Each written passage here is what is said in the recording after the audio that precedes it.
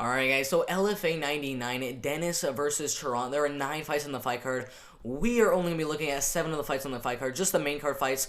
You guys can probably see the prelim fights as these 2 flyweight fights here between Garisa Tarias and Coelho Wallace, and then Manuel Medina and Chancey Wilson. 2-4, 0-1, 0-0, and then 0-0. There's not really much to go off of, so I can't really make a prediction on 2 guys that are 0-0, and then I just don't want to make a prediction for guys that are 2-4 and 0-1. So we're just gonna go with the main card. The main event: Myron Dennis and Fabio Charon for the vacant light heavyweight championship. We have Brant Moore, Ago Housekeep for the co-main event. That's a lightweight fight. We have a featherweight fight between Fernando Padilla and Nate Richardson. Nate Richardson, I believe, is coming off a knockout win in his last fight. Oh no, it's a decision win over Darius Estelle. But still, he's a very good fighter there. Cody Rundish coming off a loss on the Contender Series, his only loss as a pro-made fighter to William Knight, who's about to fight. I believe Alonzo Menefield just got off a win over, I forgot the guy's name he beat, but the guy's name he beat was an undefeated fighter. He's taking on Joseph Cropshot inside the LFA. Maybe if he wins this one, he'll get another shot back inside the Dana White Contender Series, or a shot inside the UFC. We'll see what happens there. That fight is a middleweight fight. We have a women's flyweight fight: Valerie and Soto and Flor Hani, Trevor Wallace and Cesar Gutierrez. That fight's a heavyweight fight, so we have some big boys on there. 3-0 undefeated fighter and 2-2. There'll be another undefeated fighter in Darren Weeks and Craig Fairley. That fight's a welterweight fight. And if you guys are just watching this right now, in the comment section, I'm gonna put like the timestamps for each one of these fights in case you guys want to just see that Cody Brundish prediction, or you guys just want to see the main event with Myron Dennis, Fabio Charon prediction. The timestamps will be in the comment section below, but we're gonna be starting from bottom to top. So we're gonna start with Darren Weeks and Craig Fairley. This fight's a welterweight fight, so Darren Weeks undefeated, 4 wins, 0 losses. He's a welterweight fighter. Craig Fairley, 3 wins, 4 losses, so a losing record. And this dude is a lightweight fighter moving up to the welterweight division. So that is definitely an advantage, a size advantage there for Darren Weeks, for sure, since he's been in the welterweight division, has a couple fights there. And then Craig Fairley, this is his first time moving up from the lightweight division, 15 pounds up to the welterweight division. Coming off a loss in his last fight to Caleb Bourne by guillotine choke submission around a year ago. His only wins by armbar submission, submission again. Let's see how he got that other win. First on Americana, so he's a very good submission artist type of guy. All of his wins come by submission. His ambush career, second round TKO, basically third round knockout, first round knockout. So he has some pretty good striking in his amateur career, not against the best competition, 0-2, 0-0, and 0-1. But once he became a pro, started facing some decent competition, 3-3, 5-23, and then 4-6. Not the best competition again, but he's getting some submissions on there, showing that he has some pretty good submission skills, and has some power, as we saw in his amateur career. But I think he's probably not going to get a knockout against Darren Weeks in this one. He's been knocked out quite a bit in his career, lost one fight by guillotine, the rest by first knockout, second round knockout, and first round knockout. So he doesn't really have the best chin, so Darren Weeks can definitely try to take advantage of that, as he has 4 wins, 0 losses, second round knockout, first round knockout, decision in a boxing fight, I guess, and then a second round knockout over Dustin Paris, and then that second round rear naked. He has 3 wins as a pro by knockout against some pretty decent competition, as you guys can see here, 8-3-1. Pretty good record. 2-1 after he beat him. 0-1, and then 2-1. So he's facing some pretty good competition as a pro, and had a lot of amateur fights. 15-4. First round knockout, third round knockout, decision win, third round knockout. I mean, a lot of wins in his amateur career. Let me see how he actually wins those amateur fights. 7 of his amateur wins come by decision. 2 of those wins come by submission, and 6 of those wins come by knockout. His losses as an amateur: 3 by decision and 1 by knockout. As a pro, he has no losses, so he's never lost a fight by submission. Again, that's also going to play a factor, as his opponent, Craig Fairley, every single one of his wins is by submission. He's definitely going to go out there and try to get a submission. But against a guy like Darren Weeks, who's never been submitted in his pro-made career, I highly doubt that Darren Weeks is going to get submitted in the fight. Most likely, he's going to keep the fight on the feet. Probably get a knockout in the first, second round. I assume the first round is going to be very, very good for Darren Weeks. Possibly as a knockout. His 1 win by first round knockout, and then most of his wins ending in the second round. So most of his wins ending in the second round. I'm probably going to say this one is also going to be ending in the second round. So my prediction for Darren Weeks and Craig Fairley is that Darren Weeks is going to stay as an undefeated fighter, go to 5-0 and win this fight by second round knockout. Again, could be a first round knockout, but in my opinion, I think it's going to end in the second round. It could be a second round knockout or TKO for Darren Weeks in the fight. And then the next fight we have on the list, we have the heavyweight fight: Trevor Wallace and Cesar Gutierrez. I like this fight. I like this fight a lot. 3-0 Trevor Wallace, and Cesar Gutierrez is 2-2.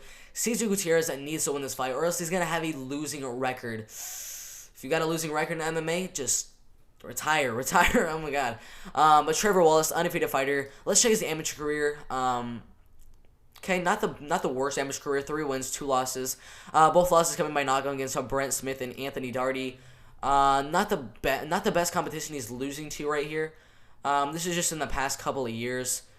Pretty okay competition here. He's had a lot of wins as an amateur. 2 head kick KO in the second round, nice. First round knockout, 1 minute in the first round, decision win over Ansha Johnson. As a pro, against a 0-2, 0-4, and 0-3. Not the best competition. All wins coming in 2020, just last year.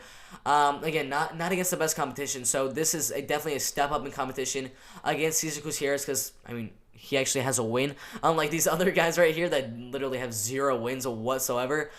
So Cesar Gutierrez, 2 wins, 2 losses. His wins, 0. A guy that's 0-0, probably 1-2 now. And then Colton Hill, who is 1-1. So again, he's not beating the best competition as well. Neither of them are really beating the best competition. Both of them have been knocked out twice in their pro career, in their whole career. But he definitely has the worst chin, in my opinion, Cesar Gutierrez. Because if he's getting knocked out this much as an amateur, knockout loss, armbar loss, knockout loss, he doesn't really have the best chin. He went, 5-6 as an amateur. I think this fight's going to stay on the feet. I don't really see much of a ground game from either fighter. They haven't really shown to be mainly wrestlers, mainly grapplers, nothing like that. They mainly shown to just keep the fight on the feet, go over the big shot in the first, second round, try to get a knockout, try to get a TKO, that type of stuff. But Cesar Gutierrez doesn't have the best chin. He's been, let's see how much he's been knocked out in his whole career, amateur and as a pro. So lost as a pro, 2 knockout losses as a pro, and then 4. He's been knocked out 6 times. So that chin isn't really the best chin. So I'm probably gonna be going with the undefeated fighter here in Trevor Wallace. Even though again 0-3, 0-4, 0-2. Even though he hasn't really faced the best competition, first knockout, he has some pretty good power. So I'm gonna be going with Trevor Wallace to keep the undefeated record, just like the other undefeated fighter on this fight card in Darren Weeks. I have Trevor Wallace and Darren Weeks both winning their fights by first or second round knockout. So the next fight is Valerie and Mari Soto and Florhani, a women's flyweight fight. Valerie and Mari Soto, a very long name for me to say right there. 3 wins, 2 losses. Florhani, 2 wins and 1 loss. Fight is a 3-round women's flyweight fight. Same height, 5'3" inches tall. Pretty much the same reach, 65 inches and then 65.5 inches. Florhani is a strawweight fighter. Moving up to the flyweight division, Valerie and Mari Soto is a flyweight fighter, so she might have a little bit of a size advantage, not much, but still 3 wins, 2 losses. There are only 2 losses inside the LFA, and against this girl, Andrea Amaro, by split decision. I'd have to watch the fight, but split decisions, it's probably going to be a pretty close fight. She had a decision win over Catherine Roy, decision win over Chris inside the LFA. I don't know why she left the LFA after that. Her other loss against someone who just got a loss inside the UFC, and Vanessa Demopoulos got a win by knockout. She has some pretty good power, but again, 3-7, the girl that she beat by knockout. So again, not the best competition. She's 23 years old as of 6 days ago. Florhani, 34 years old. Age advantage? I think so. So definitely an age advantage there for Valerie and Mari Soto, and the experience advantage. She has 5 fights. Florhani only has 3 fights, even though, she's 11 years older. Florhani, if you look at hers, as an amateur, knockout win. She has some pretty good power as well. Beat Victoria Leonardo. Okay, she beat Victoria Leonardo as an amateur in a pretty close fight by split decision. Became a pro after that in 2018. Lost 1 fight to Kennedy Freeman. Let's check her record right now. 3-0. So she lost to a pretty good fighter. Kennedy Freeman, pretty good record right there. Beat Kiana Rain. Let's see her. Ooh, not the best competition there. Had an exhibition bout with Channel Codes. Lost it by split decision. Pretty okay competition there. And the Kathy Solorzano, I don't know how to say the name. Not the best competition there. So both fighters haven't really faced the best competition, but Florhani has faced the better competition. Kenny Freeman, Kiana Rain, been inside of Invicta FC. She's faced the better competition, beat Victoria Leonardo, but still, Valerie and Mari Soto is a little bit younger, in my opinion, has a little bit better striking at this point, has a little bit better of a clinch, lands some good elbows in the clinch, and some good uppercuts and right hands in the clinch. So I think if Valerie and Mari Soto can keep the fight in the clinch, keep it at range a little bit, I think she'll probably win the fight by decision, but You never know with Florhani. You never know. She has some good experience beating Vanessa Demopoulos, so I wouldn't be surprised if Florhani wins this one. But I will be going with, sorry if I get the name wrong, it's a pretty long name, Valerie and Mari Soto to win the fight by decision. Just went out of there. All right. Cody Brundage and Joseph Cropshot. This is a good one. This is definitely a good one. So they're both coming off a loss. Their first ever losses. 26 and a half years old, 25 and a half years old. So obviously no age advantage. And then Cody Brundage moving from the light heavyweight division, as you saw, it says 205 pounds right there, to the middleweight division at 185 pounds. So I'm considering that Cody Brundage is going to have the size advantage in the fight for sure. He's 6'1" tall. Joseph Cropshot a little bit taller, 6'2" tall. It doesn't really show the reach for Joseph Cropshot, but as of the fights that I've seen, I don't really think his reach is as big as Cody Brundage's at 72 inches. Cody Brundage 5 wins, 1 loss. His only loss on Dana White's Contender Series to William Knight by first on TKO. He was a pretty big favorite. Not the biggest favorite, but minus 160 over William Knight, who's the favorite to beat Alonzo Menifield in their fight in a couple of weeks inside the UFC. He beat Eric Lozano first on arm triangle, beat Eric Lozano again by decision, second round knockout over Josh Christian inside a cage cylinder. 12-second first round knockout over Mike Johnson, nice. First round knockout win as an amateur, did pretty okay. Lost 2 fights to Brian Battle by split decision, and then lost 1 fight to a pretty good fighter in Dalton Rosa, undefeated fighter here. This dude's in Bellator right now, doing really, really good over there. That's another guy that he lost to by third round knockout.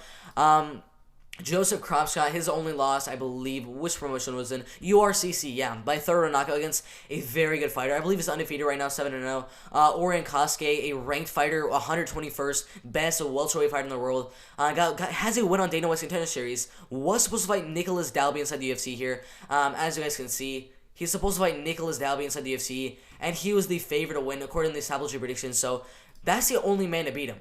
That is the only man, a guy that's favored over Nicholas Dalby. So that's a pretty good fighter that he lost to. The other guys he's beaten: second round rear naked, first round knockout, first round guillotine, and then first round triangle. He likes to finish his fights. Every single one of his fights being finishes, and then as an amateur, every single one but one is Diego Lopez being finishes. So not bad there.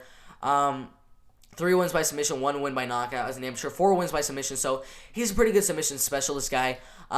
Cody Brundage, I think he's going to have that size advantage, so even if Joseph Cropshot, if I'm saying the name correctly, even if he tries to latch onto a submission, get a Kimura, try to get a rear naked or something like that, I think Cody Brundage has the strength and the size advantage to kind of get out of those submission attempts from Joseph Cropshot in the fight, to kind of reverse the position. As we saw last time, he was on top of William Knight. William Knight reversed the position on top of Cody Brundage, and then landed a lot of good ground and pound shots and TKO'd him in the first.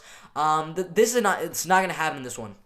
William Knight is obviously a very strong light heavyweight fighter, so Cody Brundage, the same thing's not going to happen this time with Joseph Cropshot, because he definitely does not have the strength of Cody Brundage. So if the fight goes to the ground, Joseph's going to go for some submissions. In my opinion, not get any submissions.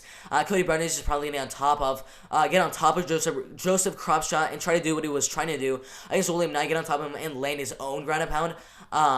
And I think if Cody Brundage can do that, take the fight down, land some ground and pound, I think Cody Brundage could do a good chance of winning this one by decision. I wouldn't be surprised if he gets a TKO. A lot of the established predictions are saying he's going to win the fight by TKO, 58%.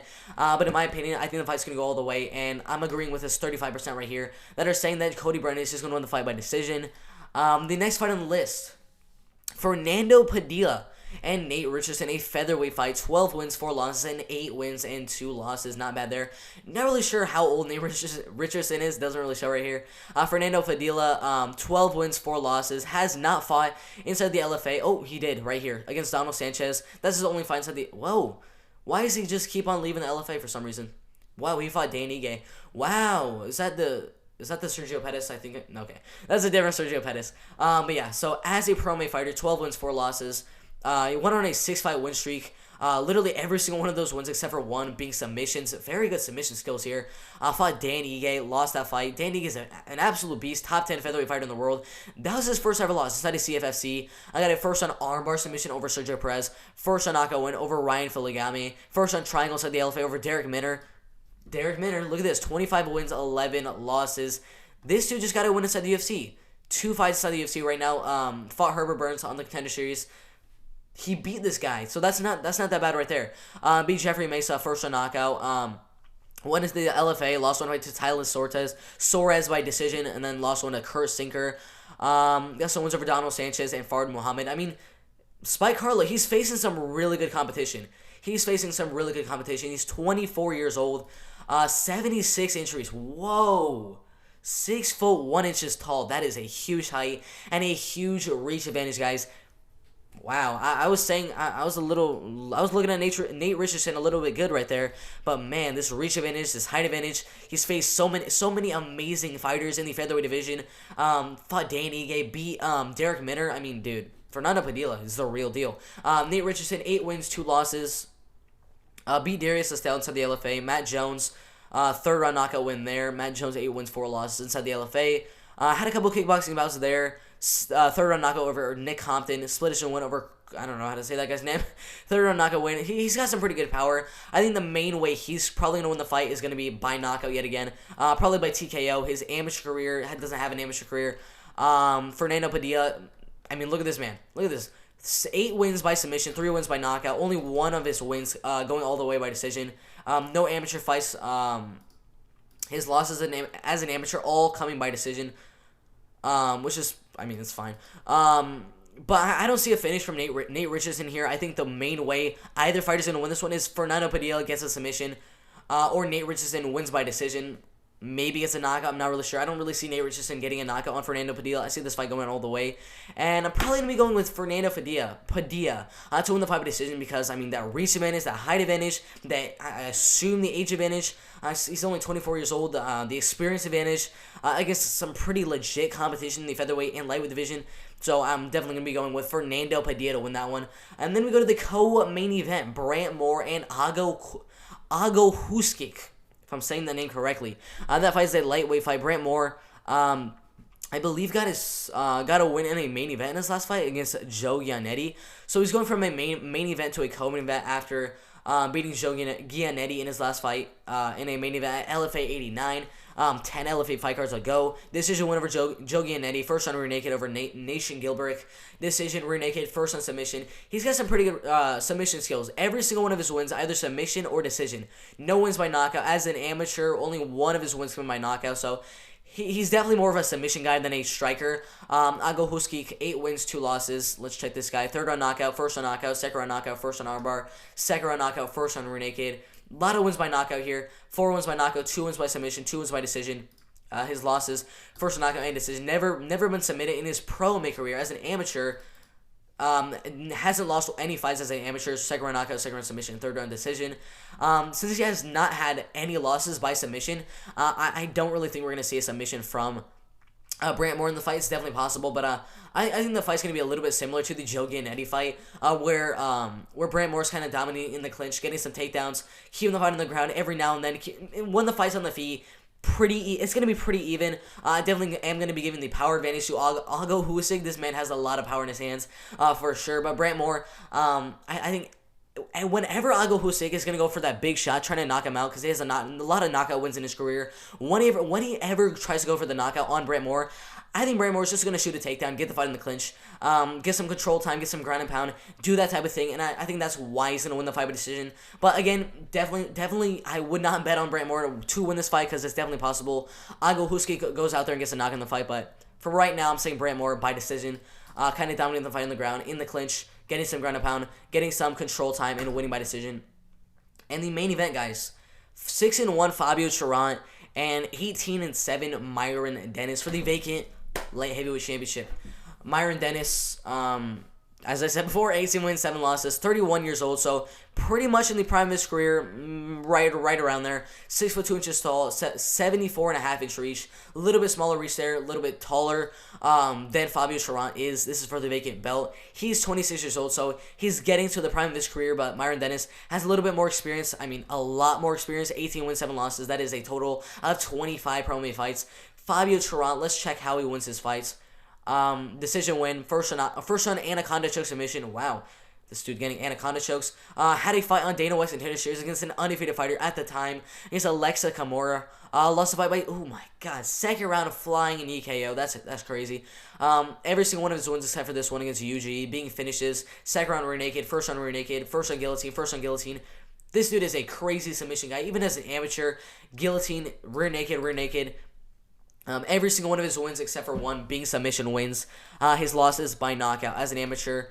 his losses by decision, and then his wins all by submission. So he definitely, in my opinion, has a submission advantage, has a grappling advantage. But does he have the wrestling? Does he have the striking? Does he have the speed? Does he have the power? Does he have those type of advantages? We know he has the submission advantages, obviously, but does he have those advantages as well? Myron Dennis is actually a ranked light heavyweight fighter at 117. Just beat Dylan Potter. Wow. Beat Dylan Potter by split decision. Not bad there. Beat Patrick Martin by decision. Got a decision win over Rob Morrow. Had a lot of kickboxing fights. So I fought Ryan Spann inside the LFA. Lost that fight by first round knockout. First round knockout. Decision win. First round knockout.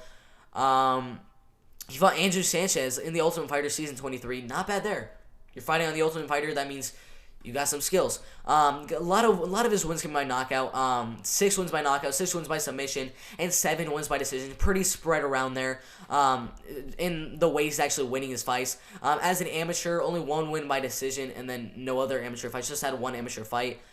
His pro losses: 3 by knockout, 1 by submission, and 4 by decision.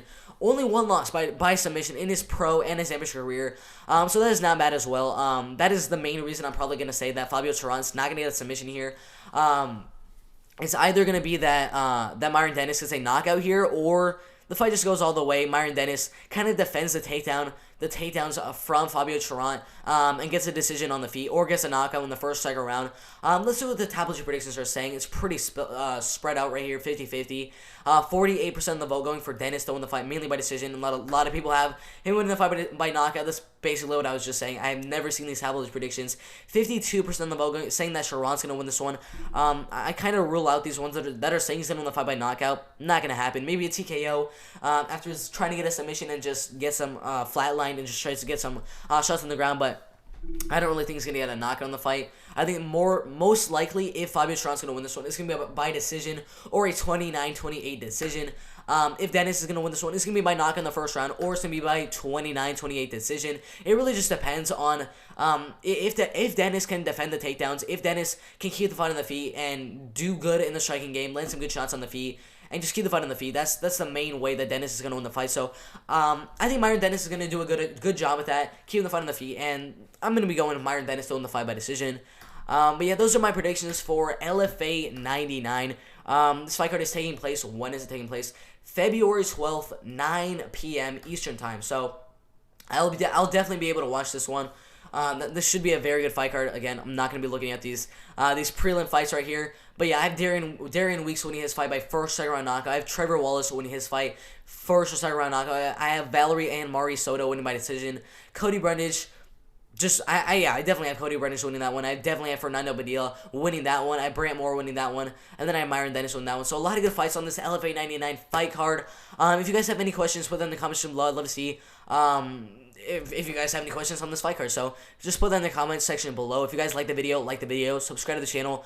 If you guys do not want to miss when I post these new LFA predictions, because we post them for pretty much every single LFA fight card. We even got an LFA 100 fight card coming up, so if you guys do not want to miss that, put on those post notifications for the channel. That'd be absolutely insane. We got UFC 288 coming up in the future. We have Blaze versus Lewis, 15 fights on that fight card, which is just absolutely insane. We have Jairzinho Rosa Strike Cyril Gunn, so many amazing fight cards. But guys, that is it for the video. If you guys like the video, if you guys want to see more of this video, subscribe, like the video. I'm out of here.